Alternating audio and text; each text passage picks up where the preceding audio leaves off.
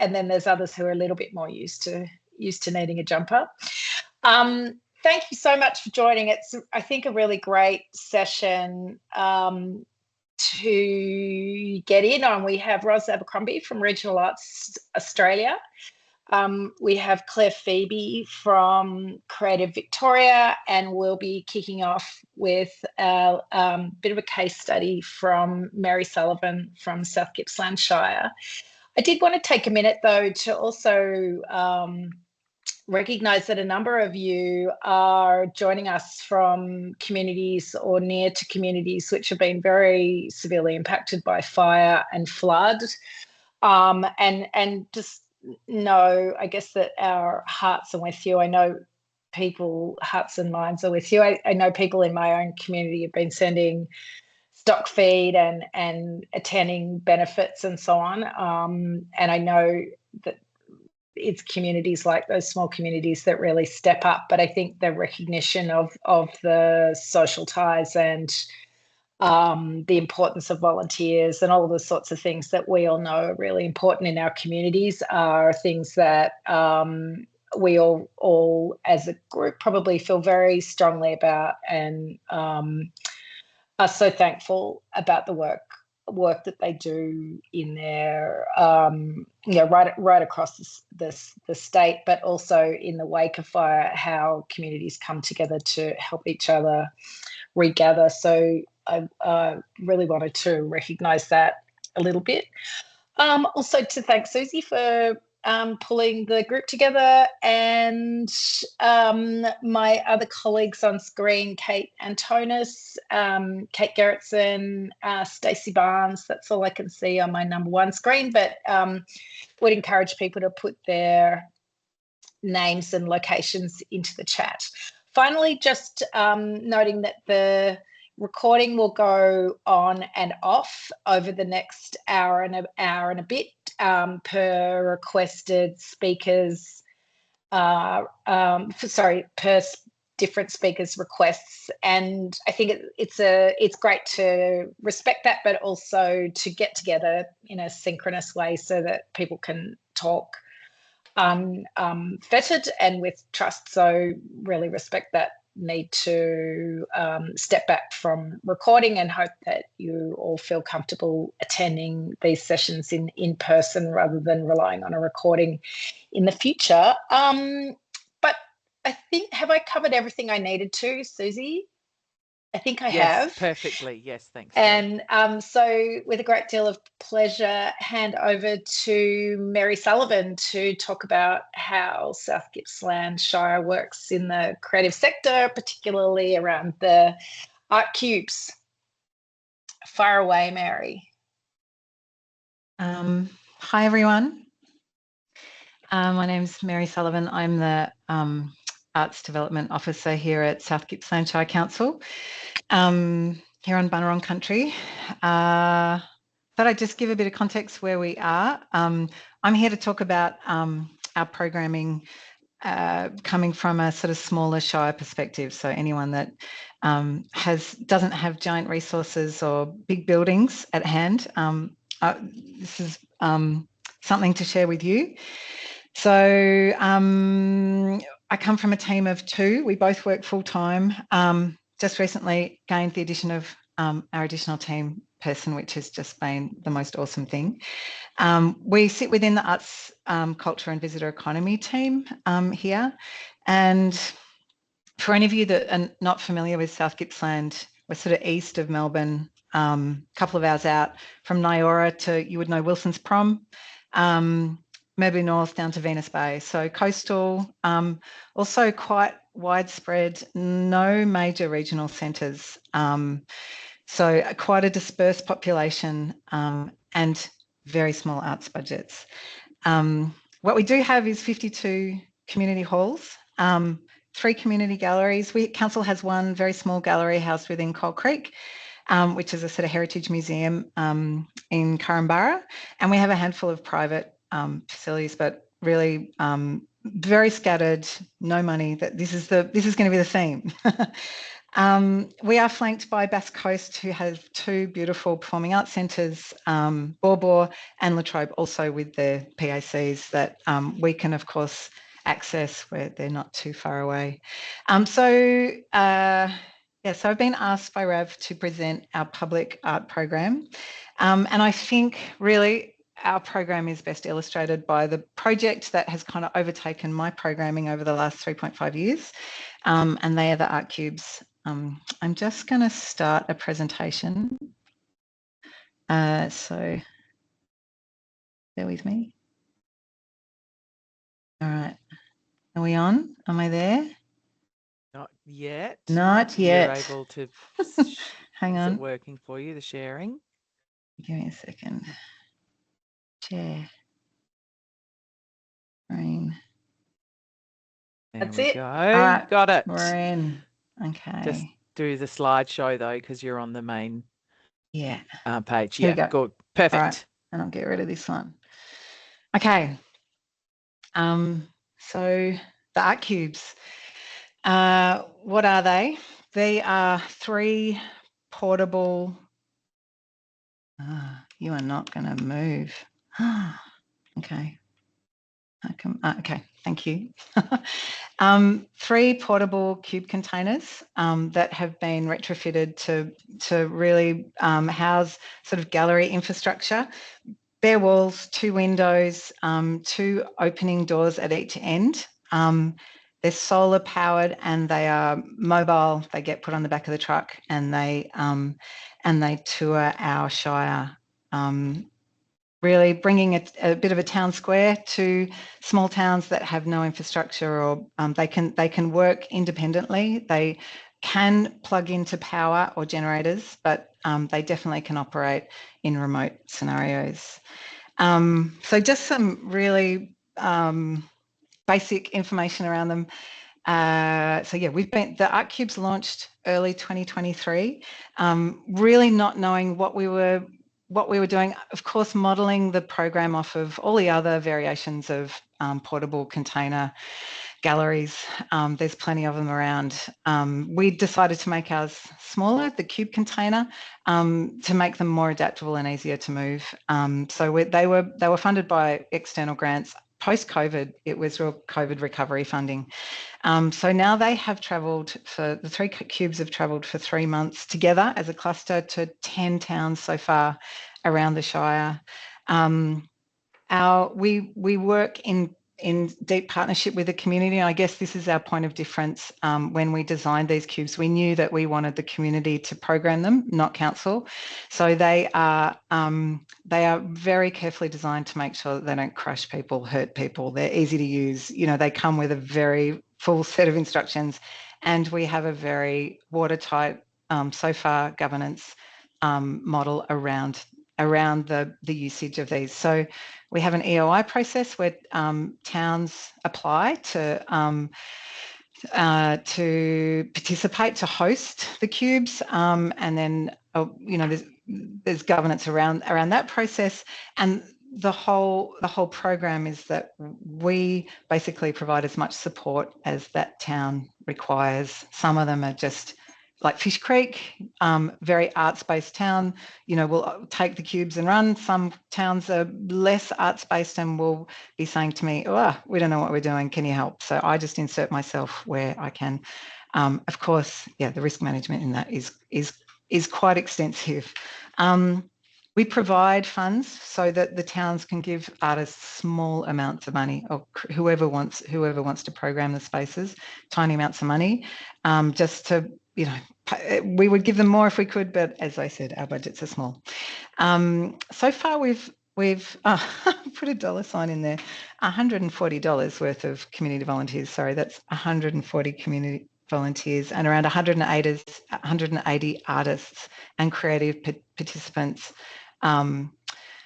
across all the whole spectrum of arts people in the Shire so far, which has just been quite incredible. The variety of that programming has been gobsmacking. We had a beautiful podcaster. We've had very full installations, minimal installations. Theatre groups have been involved. We've had musicians. They've been part of festivals, or they've sat in very remote locations. As I said, often in a small town with a cluster of 3, they create this sort of town square effect. So they draw people out of the community, and they draw artists out of the community, which is amazing. So currently the Cubes we're into our next phase of programming. They're in 3 different locations throughout the Shire, and we've started to involve a local business, which is really exciting. And just through not a lot of, haven't had to call out for much participation, but they are amazingly programmed right now until 2027. So there's a bit of competition going on, which is awesome. We have one town will see another town hosting the Cubes and think, oh, we can do this. This is something for us. So I often get various community members calling me up. Often the push to have the art cubes comes from community groups, your usual organised volunteers. I do have a beautiful little 3-minute film that I'm going to show you, just made by a local filmmaker down here, Luke McNee.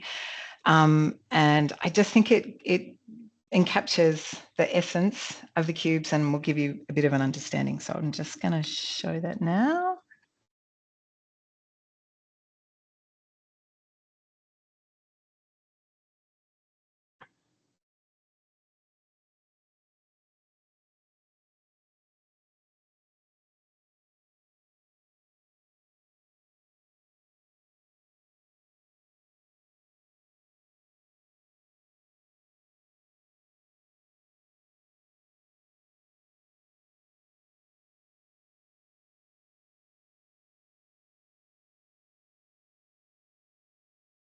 Mary, is there a sound intended? Sorry? Is there sound supposed to be? Oh, are you not getting sound on this? No. But it's pretty fabulous, even with the subtitles. So maybe you can share. I'll share the link after this.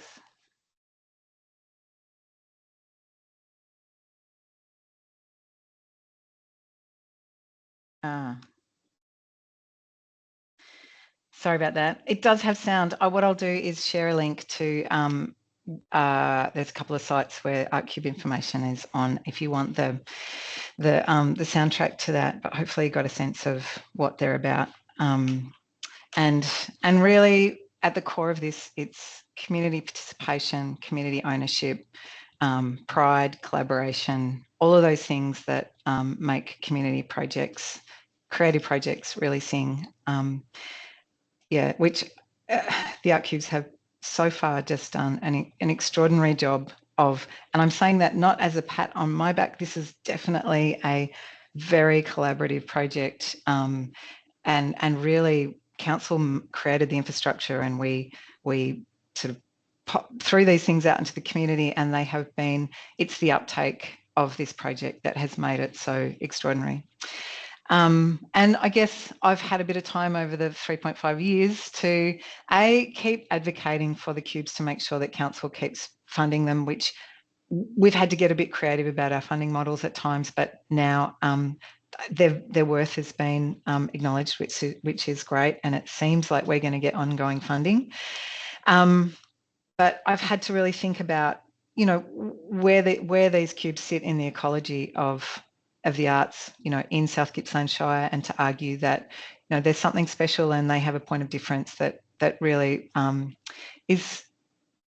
creates a pride in what we do here. So our challenge was originally, when I started this role 8.5 years ago, we had, we have a very dispersed population. We have no regional centres. We have these geographic and budget constraints. There's a lot of talk around, we don't have a performing arts centre and we don't have a regional gallery. We will never have that. We do not have we don't have the budget to support that ongoing, and really my job has been to argue that it's not appropriate for South Gippsland Shire. What we can do is something different, and it fits our very arts active community, and it fits this dispersed model, which so we see our programming in terms of a distributed model of facilitating arts in the Shire. So that includes our 52 local community halls. So we program our music and theatre through those halls. There's, not all 52 are active, so usually it's sort of 3 or 4 in the year that we're working with, always in a very deep participation, with those community members that run the halls. And then the art cubes kind of have really been developed in response to the success of that whole program. So they're like they become the visual, or really a creative space offering within the hall model. So they're flexible, they're adaptable, they're collaborative. We keep finding new ways to layer them into our programming beyond the halls and the cubes. So this is a great photo. I love this one. This is Hirayasu Suri and 2 young local artists that came to work with Hiro to repaint the art cubes. Hiro was awesome. He came to this program very open to collaboration. Basically, the 3 of them painted these cubes together. The 2 young people had not done anything like this before. It was a beautiful project, and I think it really embodied the essence of what the cubes are about and what our broader programming is about. It's really important to acknowledge also that we have very little arts education or ongoing opportunities for young people in South Gippsland, in Gippsland as a whole. It's a conversation that we all are involved in, and if we can develop these small opportunities and things like the art cubes create these small opportunities, it's really exciting. Ryan on the left in the purple, he is going to be an art cube in resident. He's going to be a resident in art cube at where one of our cubes is at the moment at Fleet Wines. So it just keeps that involvement, engagement, and opportunity keeps building. So I get lots of calls about the art cubes from people outside of the Shire, which is great, from businesses and organisations and other small LGAs, and let them know that the costings are, it cost us about $180,000 to design build them, all 3 units. That is including solar panels. If you wanted to just build a box, it would be a lot less. Transport, it costs about $2,000 per move to move all 3 on a crane truck. We provide around $160 per art cube per week to community or business hosts to assist in programming that goes directly to the artists. It's not a lot, but it's what we can do. $2,000 per annum maintenance, we always document. And so we sit around $45,000 in the budget line for the art cubes, which is pretty much all of our arts programming. So I just wanted to conclude this. I think I'm on time-ish, to say art cubes have just been the most wonderful experience for me as an arts worker and as a program throughout the Shire. It hasn't been easy, but it now has a life of its own in its sense. So I just facilitate. I field questions, provide support, nudge people into programs, but really so much of the work is done by volunteer committees, arts committed people that understand the value of this in our regional community. The art cubes have become a really critical component, as I said, in the arts ecology of South Gippsland. They're providing an alternative to the centralised model, and they bring visibility to artists, and they provide a really safe place for creatives to do their thing in their community. Anyway, I think that's it. I'm going to escape out of this and stop sharing. Thanks for listening. Thanks, Mary. Thanks for talking. I must say that the hour or so I spent with the art cubers in Lower Tarquin last year on an idyllic sunny afternoon was such a great kind of sitting with artists talking about art making, but also seamlessly moving between their lives as makers and, you know, other parts of their life and all those kinds of things. It's like this perfect microcosm of the intrinsic and extrinsic values around art making and the importance of that visibility in a small town space, I think, made such a difference. And that kind of whole installation and de-installation thing and then the cube people moving in and everything is really amazing. I have one question just to kick us off, which is, what does the town have to do? Like, what do you, like, if someone rings you up and says, why can't I have those art cubes? And you say, well, you can. What do you say next? Yeah. So number one, they need insurances. You know, we're council, we are risk averse. So there are multiple layers of insurances that people need to have. So the town needs to be insured, needs to have their own indemnity, professional indemnity. And every artist involved in that cube needs to. They need to have someone they need to have a couple of people that are absolutely committed to manage the cubes and be there to, you know, field problems as they happen.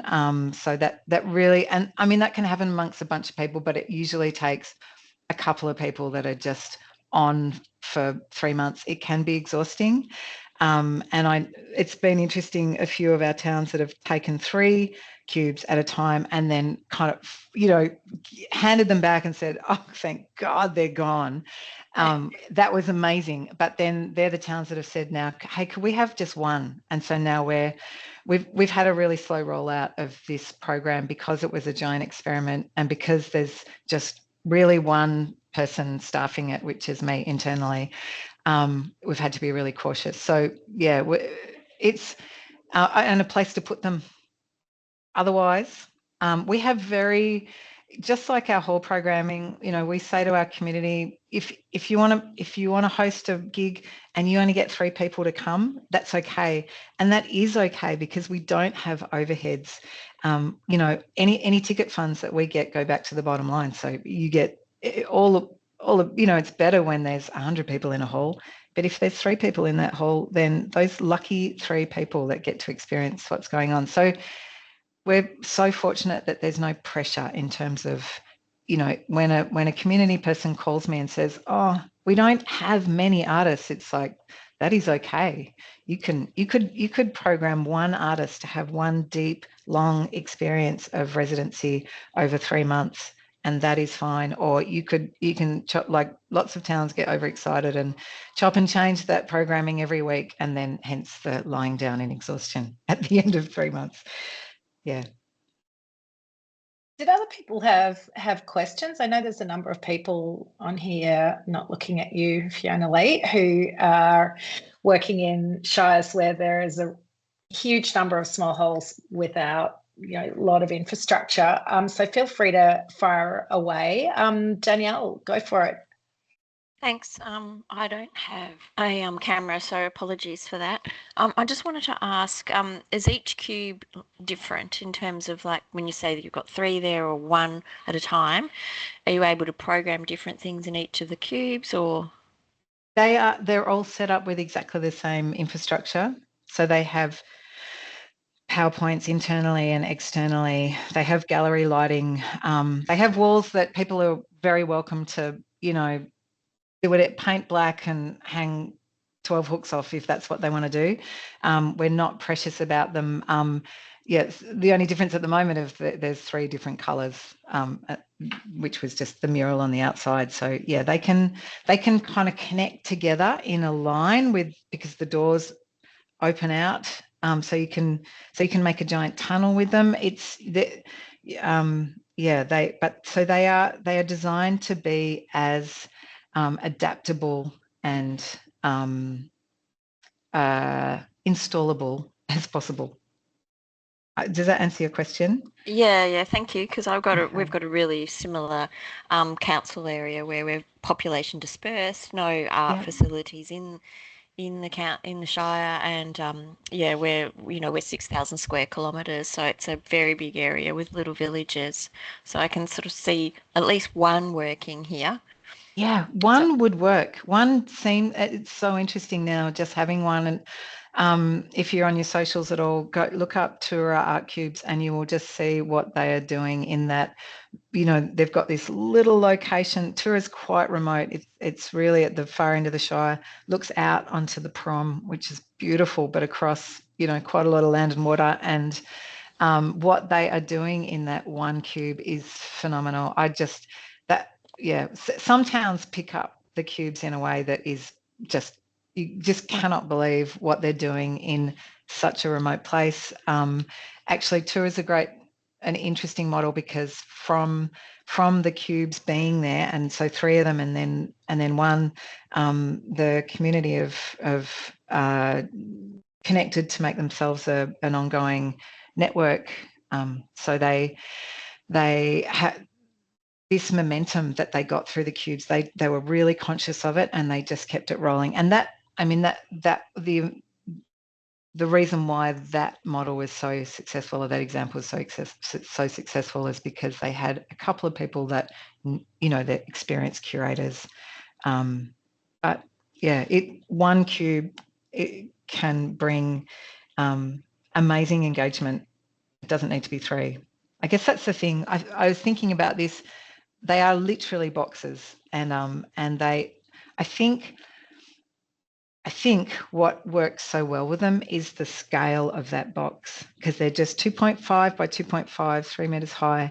So as an emerging artist, as someone who's kind of thought about making work and you're not quite sure, or perhaps someone who's like mid-career and hasn't done anything for a while, to say you're going to step into a cube and have 2 weeks in there, it's really, the expectation is really low and it's very gentle. So, and if there's 3 cubes, then you have your community of artists there.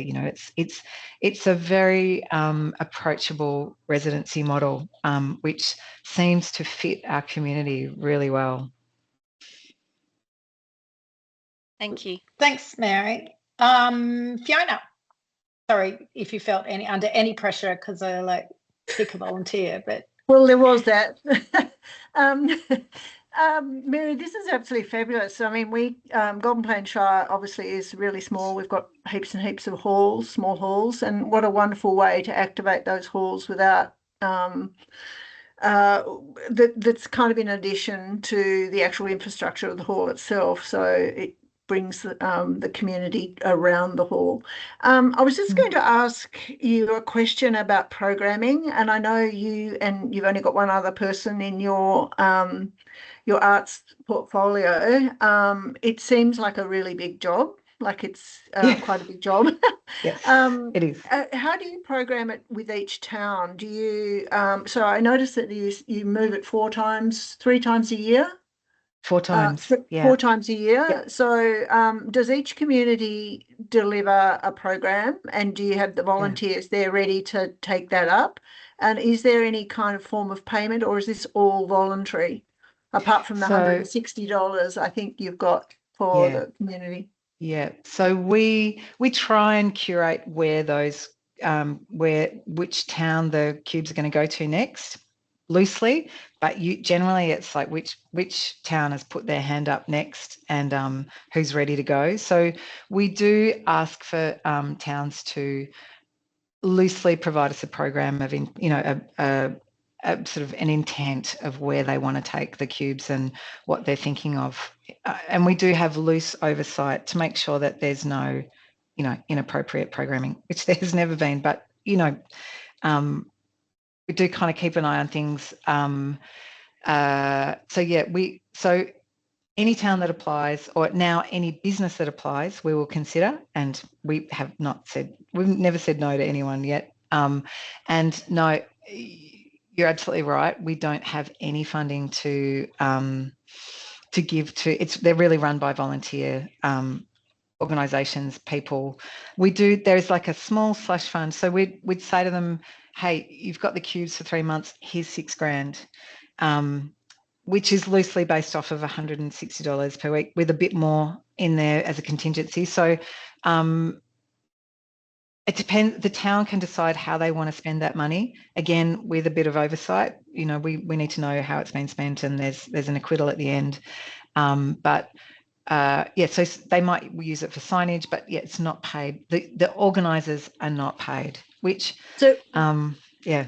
When you talk about a town, it sounds like a whole town, but is there a group or a committee, like a progress association or an art group or? Yeah, it doesn't always have to come from an existing group, but they do need to be, if they're not an organised group, pre-organised group, they need to get auspiced by a group that does, exactly, for insurances. So it usually does come from a progress. The community centres, often, community houses, they have done an incredible job in many different spots. My example of Tura, that was a bunch of artists that were like, we really love this. And they tried to work with the whole committee to varying success, and then have sort of, often the original proposal will 80% of the time come from a group, a business group, or So it is, we're really conscious that we are relying on volunteers to roll this program out. We're a very volunteer-driven Shire in many of our programming, in much of our programming, and so with that consciousness, we try and make everything as easy and provided for as possible. We make little toolkits that we put into the cubes and say, hopefully this is all the hanging things you're going to need. We provide a photographer to do the professional photography so that artists get, professional documentation of their work at the end of their time there. It takes so much of my time, which is wonderful because it really ticks so many of the requests, the listed needs, requirements in my strategy, our action plan. Action plan just it ticks off all the things that we want to do here. So I would love to pay people properly.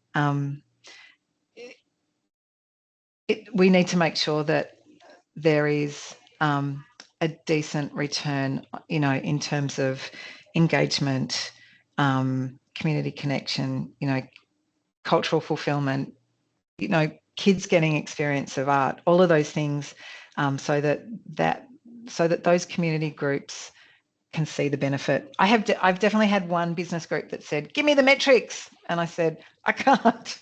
And they said, we don't want it. Actually, they're the only ones that have said no to us, which is interesting. And anyway, that's a longer conversation, but yeah, most towns, they program their halls voluntarily because they understand absolutely that if they're a little hall sitting out in the middle of nowhere, this is where neighbours come together and sit down and share a bottle of wine and a cheese platter and listen to whatever it is your programs don't really care. They just want to get together. So it definitely sits within that modelling of cultural engagement.